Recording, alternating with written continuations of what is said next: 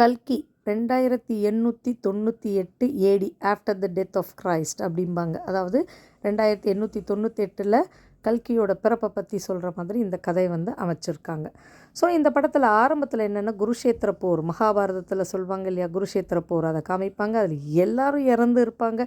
அஸ்வத்தாமா மட்டும் உயிரோடு இருப்பார். கிருஷ்ணர் இருப்பார். கிருஷ்ணரை அஸ்வத்தாமா கொன்னுடுவார்.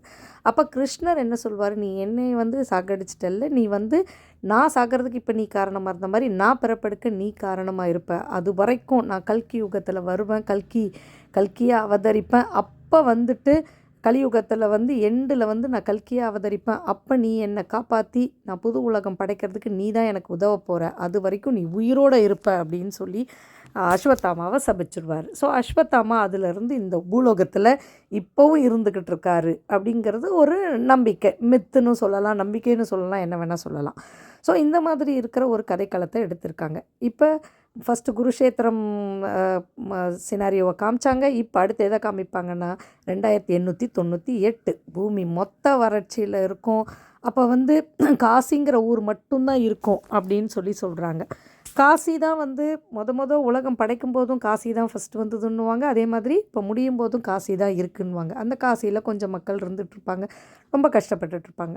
அப்போ சம்பாலாங்கிற ஒரு ஊரில் இருக்கிற ஒரு கூட்டம் தான் வந்துட்டு கல்கி பிறக்கணும், அதுக்கான ப்ரெக்னென்ட் லேடி யார், அந்த லேடியை கண்டுபிடிச்சி அவங்கள அந்த அந்த அம்மாவை கண்டுபிடிச்சி கல்கி பிறக்க வைக்கணும் அப்படிங்கிறது. ஏன்னா சம்பாலாங்கிற இடத்துல தான் புது யுகம் படைக்கப்படும் அப்படிங்கிறதும் ஒரு நம்பிக்கை. அதனால் அங்கே இருக்கிறவங்க யார் அந்த ப்ரெக்னென்ட் லேடி, யார் வந்து அந்த கல்கியை சுமக்கிறாங்கன்னு தேடுறதில் இருப்பாங்க. இன்னொரு பக்கம் அஸ்வத்தாமாவும் கல்கி பிறக்கிறதுக்காக கல்கியை வந்து சுமக்கிற அந்த பெண் யார், அவளை காப்பாற்றணுமே அப்படின்னு அவர் ஒரு பக்கம் இருப்பார்.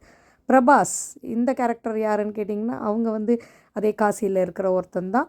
இப்போ என்னென்னா காசியில் மேலே வந்து ஒரு காம்ப்ளெக்ஸ் அப்படின்னு ஒரு ஒரு ஒரு ஊருனே செட் பண்ணியிருக்காங்கன்னே சொல்லலாம். அது ஒரு டெக்னாலஜியோடு இருக்கும். அங்கே ஒரு கேரக்டரை காமிப்பாங்க. அது யாருன்னு பார்த்தீங்கன்னா சுப்ரீம் யாஷ்கின், அதுதான் கமலஹாசன்.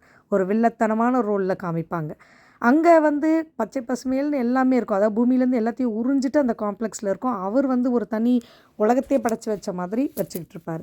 அங்கே ப்ராஜெக்ட் கே அப்படின்னு ஒரு ப்ராஜெக்ட் வந்து பண்ணுவாங்க. என்னென்னா எல்லா ப்ரெக்னென்ட் லேடிஸையும் எடுத்து யார் 150 நாளைக்கு மேலே கருவை சுமந்துக்கிட்டு இருக்காங்களோ அவங்கக்கிட்டேருந்து அவங்க உடம்புலேருந்து ஒரு தண்ணி, ஒரு சிரம்னு சொல்லலாம், ஒரு ஒரு ஒரு பொருள் அதை எடுத்து அது வேணுங்கிற மாதிரி ஒரு எக்ஸ்பெரிமெண்ட் பண்ணிகிட்ருப்பாங்க. ஸோ இங்கே காசியில் இருக்கிற எல்லா பொண்ணுங்களையும் அதே மாதிரி தூக்கிட்டு போயிட்டு அங்கே போயிட்டு அதை எக்ஸ்பெரிமெண்ட் பண்ணுவாங்க. நிறைய பொண்ணு 150 நாளைக்கு மேலே சுமக்க முடியாது, எல்லாம் இறந்துருங்க நிறைய பொண்ணுங்க இந்த எக்ஸ்பெரிமெண்ட்டில். எல்லாரையும் தூக்கி போட்டு நெருப்பில் போட்டுட்ருப்பாங்க. இந்த ஸ்டேஜில் தீபிகா படுகோனேவை காமிப்பாங்க. அவங்க 150 நாளைக்கு மேலே கருவை சுமந்துக்கிட்டு இருப்பாங்க. இந்த கருக்கள்லாம் எதுவுமே வந்து இயற்கையாக உருவானது கிடையாது, எல்லாமே செயற்கையாக. ஸோ இப்போ இந்த சுச்சுவேஷனில் இப்போ நமக்கு புரிஞ்சிடும் தீபிகா படுகோனே தான் கல்கியை சுமக்கிறாங்க. ஸோ இப்போ அஸ்வத்தாமா எப்படி காப்பாற்ற போகிறாரு, அஸ்வத்தாமாவுக்கும் பிரபாஸ்க்கும் எப்படி கனெக்ஷனை கொடுக்க போகிறாங்க. ஆரம்பத்தில் அஸ்வத்தாமாவும் பிரபாஸும் நல்லா சண்டை போட்டுக்கிட்டே 2 பேரும் ஒருத்தவங்க சண்டை போட்டுட்ருப்பாங்க. ஒரு ஸ்டேஜில் அஸ்வத்தாமா கிட்ட ஒரு கோல் மாதிரி ஒரு தடி மாதிரி இருக்கும். அது பவர் இல்லாமல் இருக்கும். அந்த தடி வந்து யாருக்கான உரியவங்களோ அவங்க தொடும்போது தான் அது பவர் வரும்போது பிரபாஸ் அதை தொடுவார். அப்போ அதோட பவர் கிடைக்கிறத அஸ்வத்தாமா பார்ப்பார். அப்போ புரியும் பிரபாஸ் யாருன்னா கர்ணன். ஸோ கர்ணன் தான் மறுபிறப்பு எடுத்து வந்திருக்காருன்னு. இதே மாதிரி நிறைய பேர் மறுபிறப்பு எடுக்கிற மாதிரி காமிக்கிறாங்க. இந்த படத்தில் கிட்டத்தட்ட 25 பேருக்கு மேலே கேமியோ ரோல். அதாவது கேமியோ ரோல்னால் என்னென்னா கொஞ்சம் நேரம் வந்துட்டு போவாங்க இல்லையா, அந்த மாதிரியான கேரக்டர்ஸ். ஸோ இது ஒரு பேன் இண்டியா படங்கிறதால எல்லா நாட்டோட எல்லா நாடு இல்லை, எல்லா எல்லா நம்ம கண்ட்ரீஸ் இருக்குது இல்லையா, அதாவது என்னென்ன கேரளா, ஆந்திரா, தெலுங்கு, ஹிந்தி, எல்லா கொஞ்சம் நல்ல பாப்புலரான நடிகர்கள் எல்லாமே ஒரு சீனில் வந்துட்டு போகிறாங்க. ஸோ அந்த மாதிரி கிட்டத்தட்ட 25க்கும் மேலே கேமியோ ஆக்டர்ஸ் வந்து இந்த படத்தில் நடிக்கிறாங்க. அதனால தான் அந்தந்த சினிமா இண்டஸ்ட்ரியை கவர் பண்ணலாம் அப்படிங்கிற மாதிரி வச்சுருக்காங்க. பட் மனசில் ரொம்பலாம் நிறையெல்லாம் பதியலை. ஸோ இது மாதிரி நிறைய கேரக்டர்ஸ் இருக்காங்க. இந்த கதைக்களம் வந்து இந்த மாதிரி நிறைய பாசிட்டிவ் எலிமெண்ட்டும் இருக்குது, நெகட்டிவ் எலிமெண்ட்டும் இருக்குது. பாசிட்டிவ்னு அந்த சீன்ஸ்லாம் ரொம்ப நல்லாவே எடுத்திருக்காங்க. கதையும் இந்த அஸ்வத்தாமா ரோல்லாம் தூக்கி நிறுத்தியிருக்காரு. அமிதாப் பச்சனோட நடிப்புலாம் அட்டகாசமாக இருக்குது. பிரபாஸ் வந்து ஒரு 50-50 அப்படின்னு சொல்லலாம். அந்த அளவுக்கு ரொம்ப மனசில் பதியல. ஒருவேளை அமிதாப் நிறைய ரோல் எடுத்துக்கிட்டதால பிரபாஸ் நமக்கு மனசில் பதியலையா என்னன்னு தெரியல. பட் கர்ணன்னு சொன்ன பிறகு நமக்கு ஓரளவுக்கு அந்த கேரக்டர் மேலே ஒரு இன்ட்ரெஸ்ட் வருது. அதுக்கப்புறம் பார்த்திங்கன்னா இந்த மேலுலகம் காம்ப்ளெக்ஸ்னு சொல்கிறோம் இல்லையா, அங்கே வந்து வில்லத்தனமான இடத்துல வந்து கமலஹாசன் இருக்கார். அவர் ஏதோ நோய்வாய்ப்பட்ட மாதிரி ஒல்லியாக வயசானவராக கிட்டத்தட்ட ஒரு 150 வயசு இருக்கிற மாதிரி 150-200 வயசு இருக்கிற மாதிரி ஒரு மாதிரி பயங்கர வயசான ஒரு லுக்கில் வந்து இருக்கார். ஸோ அவர் தான் அந்த சிரம் தேடி அந்த ப்ரெக்னென்ட் லேடிஸ்லேருந்து எடுத்துகிட்ருக்காரு. ஸோ அவர் யாருன்னே ஆக்சுவலி சொல்ல மாட்டாங்க. பட் இது ப்ராஜெக்டேனா எனக்கு தெரிஞ்சு ப்ராஜெக்ட் கல்கி அப்படிங்கிற மாதிரி தான் ஏதோ ப்ராஜெக்ட் ஏதோ பண்ணிகிட்ருக்க மாதிரி தெரியுது. இன்னொன்று யாருன்னா இது கலியுகம்ங்கிறதால் கண்டிப்பாக வந்து களி தான் வந்து கமலஹாசன் தான் களியாக இருக்கணும்னு நினைக்கிறேன்.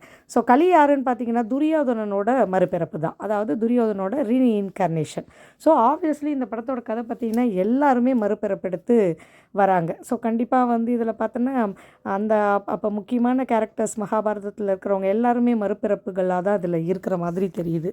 ஸோ இதில் இன்னொரு பக்கம் என்ன காட்டுவாங்கன்னா சம்பாலாங்கிற அந்த ஒரு ஊர் காட்டுவாங்க. அந்த ஊரில் தான் வந்து கல்கி பிறப்பாருன்னு. ஸோ இந்த பொண்ணு தீபிகா படுகோனே ப்ரெக்னென்ட் இல்லையா, அன்றைக்குமா அங்கே சம்பாலாவில் தான் கல்கியை வந்து பிறப்பெடுக்க வைப்பாங்கன்னு நினைக்கிறேன். ஸோ சம்பாலாவுக்கு அங்கே எப்படியோ ரீச் ஆகிடுவாங்க. அங்கே அஸ்வத்தாமாவும் பிரபாஸ் எல்லாம் காப்பாற்றுறதுக்கு ரெடியாகிறாங்க. இப்போ ஆனால் மேலே உலகத்துலேருந்து, அதாவது அந்த காம்ப்ளெக்ஸ்லேருந்து கமலஹாசன் வந்து தீபிகா படுகோனேவை கூட்டிகிட்டு அவங்க குரூப் வந்து கூட்டிகிட்டு போய்ட்றாங்க. இப்போ தீபிகா படுகோனே அந்த சிரம் வந்து ஒரே ஒரு ட்ராப் மட்டும் கமலஹாசனுக்கு கிடைக்கும். அந்த ஒரு ட்ராப்பை அவர் போட்டதுக்கப்புறம் அவர் உடம்பே வந்து நல்ல பலசாலி ஆகிடுவார். அது வரைக்கும் ஒல்லியாக நோயாளி மாதிரி இருந்தவர் பார்த்தோன்னா பலசாலி ஆகிடுவார். ஸோ இப்போ இது வந்து பார்ட் 2 அப்படிங்கிற மாதிரி அவங்க வந்து கதையை முடிக்கிறாங்க. ஸோ பார்ட் 2ல் எனக்கு தெரிஞ்சு எல்லா மகாபாரத கேரக்டர்ஸோட ரீஎன்கார்னேஷன்ஸ் வந்து எப்படி கல்கியை அவதாரம் எடுக்க வைக்கிறாங்க, கல்கியோட பிறப்பு எப்படி வருது, அதுக்கப்புறம் கல்கி எப்படி வந்து புது உலகத்தை படைக்க போகிறாரு அப்படிங்கிற மாதிரி இந்த கதையை எடுத்திருக்காங்க. ஸோ இந்த படத்தோட பாசிட்டிவ் நெகட்டிவ் இப்படி பார்த்தோன்னா, நெகட்டிவ்னு சொன்னால் ஃபஸ்ட் பார்ட் வந்து அத்தனை கேமியோ கேரக்டர்ஸை காமிக்கணும், எல்லா கேரக்டர்ஸையும் இவங்கவுங்க என்னென்ன ரோல்னு காமிக்கிறதுக்கே ரொம்ப டைம் எடுத்துடுறாங்க. ரொம்ப வந்து கொஞ்சம் லேகிங்காக இருக்குது. அஸ்வத்தாமா ரொம்ப சூப்பர்பாக நடிச்சிருக்காருன்னு சொல்லலாம். இந்த மாதிரி சில விஷயங்கள் இதில் இருக்குது.